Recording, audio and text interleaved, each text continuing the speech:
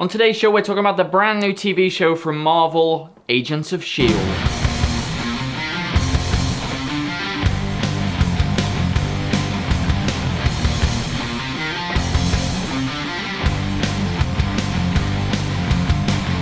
Okay, so, I've been looking forward to this for a long time. Oh, yes. Yeah. And I have no idea what you think. I literally haven't said a word to you since we watched it. Just to give a brief introduction, it's Joss Whedon. It's a Avengers spin-off. Yep. It follows Agent Phil Coulson, who Back from the dead. Back from the dead. How?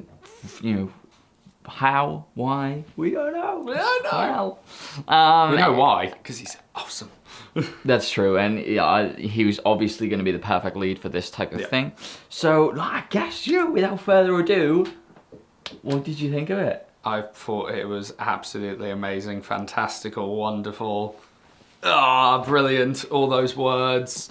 No, I absolutely love this. I've been, as you said, looking forward to it for ages. And I remember you saying that The Walking Dead, you were like, oh, it's so close now. And yeah, S.H.I.E.L.D, you were like, oh, why is it so long? Why is it so far away? Like, it needs to be now, even though one is much further than the other one. But yeah, no, I absolutely loved this pilot. It had all the kind of perfect Whedonisms in there, a few jokes like the corner was dark and I just couldn't help myself. You need to fix the light bulb. Love that. Yeah, all the characters, they're very Whedon-esque, which is what I wanted from this show.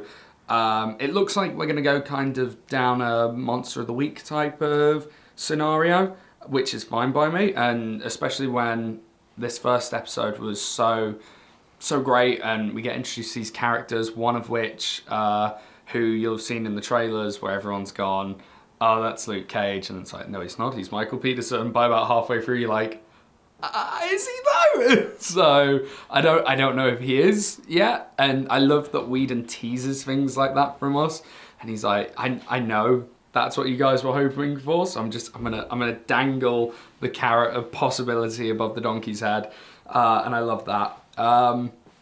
Yeah, I absolutely love this show. I can't wait until the next episode, and it's been series linked. I will be continuing to watch it for the rest of the series, as if I wasn't gonna. Dan, what did you think? I just wish I was that enthusiastic. No! Dan! Honestly, let me stop by saying this. I'm not sure what I think. I'm not sure where I am. Days. I don't know I don't know what's going on, right? Yeah. I'm like just so on the fence. I'll tell you this. When it started, the first 5 minutes, I was like, oh, I got really nervous. And I was just sort of panicking, obviously, because like the difference in how the Avengers looks and how this looks is... Oh, yeah, it's a TV show. Well, I know, but at the same time, like even the effects, I was like, okay, and I was scared. I didn't know what to think or feel. I was like, no, I'm scared. No, I was genuinely nervous at this point. I'm also quite sort of nervous about these characters.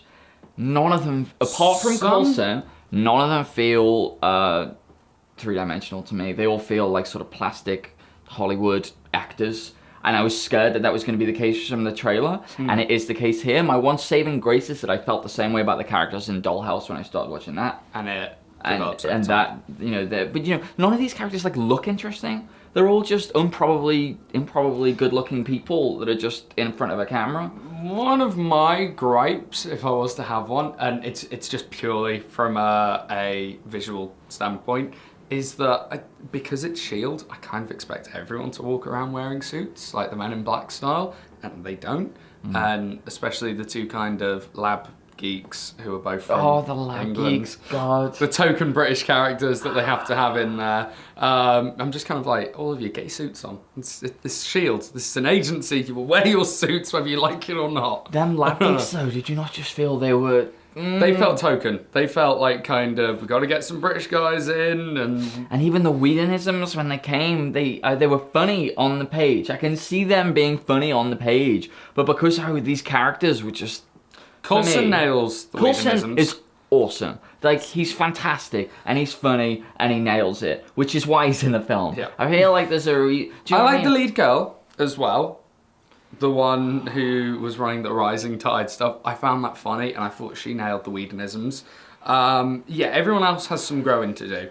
Look, what is good about this is, I think, it establishes a certain tone, and it's sort of 80s action, A-Team. It brings back that those kinds of feelings, this sort of campy, over-the-top action, which I think is fun, and it's perfect for the series. It's like the whole family sits down and watches it. Great.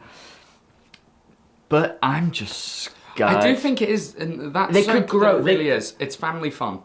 Arrow isn't family fun. Arrow is, it's designed for the kind of mid-teens to 20-year-olds. I don't think the parents are going to be too into it, although my dad loves it and he's 70. But, there's always exceptions to the rule. But kids can't watch it because it's too violent. And, obviously kids can't watch The Walking Dead. It's another comic book adaptation that kids can't sit down and enjoy. But I do think with this show, you could sit down with, maybe not the 8-year-old kids, but the 12, 13-year-old kids, whole family on a Friday, was it? Saturday? That it comes out in the UK? Friday, yeah. Whatever day, you could sit down with the kids and watch this, and I think that's fantastic. It's yeah, good and that we there finally have are a show some like that. things, little plot devices that are planted in there for us, like the Luke Cage thing. Oh, and the Easter eggs. The amount of Easter eggs in this. Even the bus going past with the Stark Industries on it, I'm just like...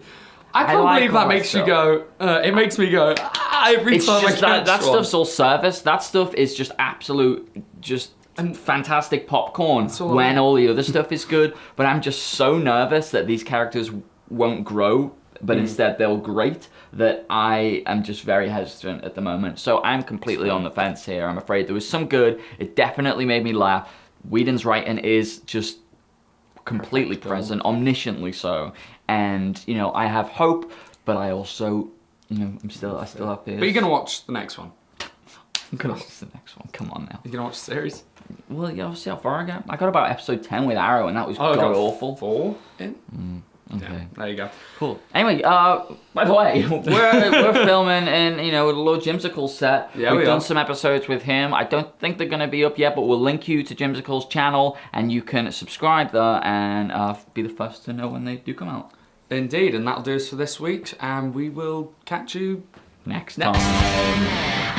No! Dan!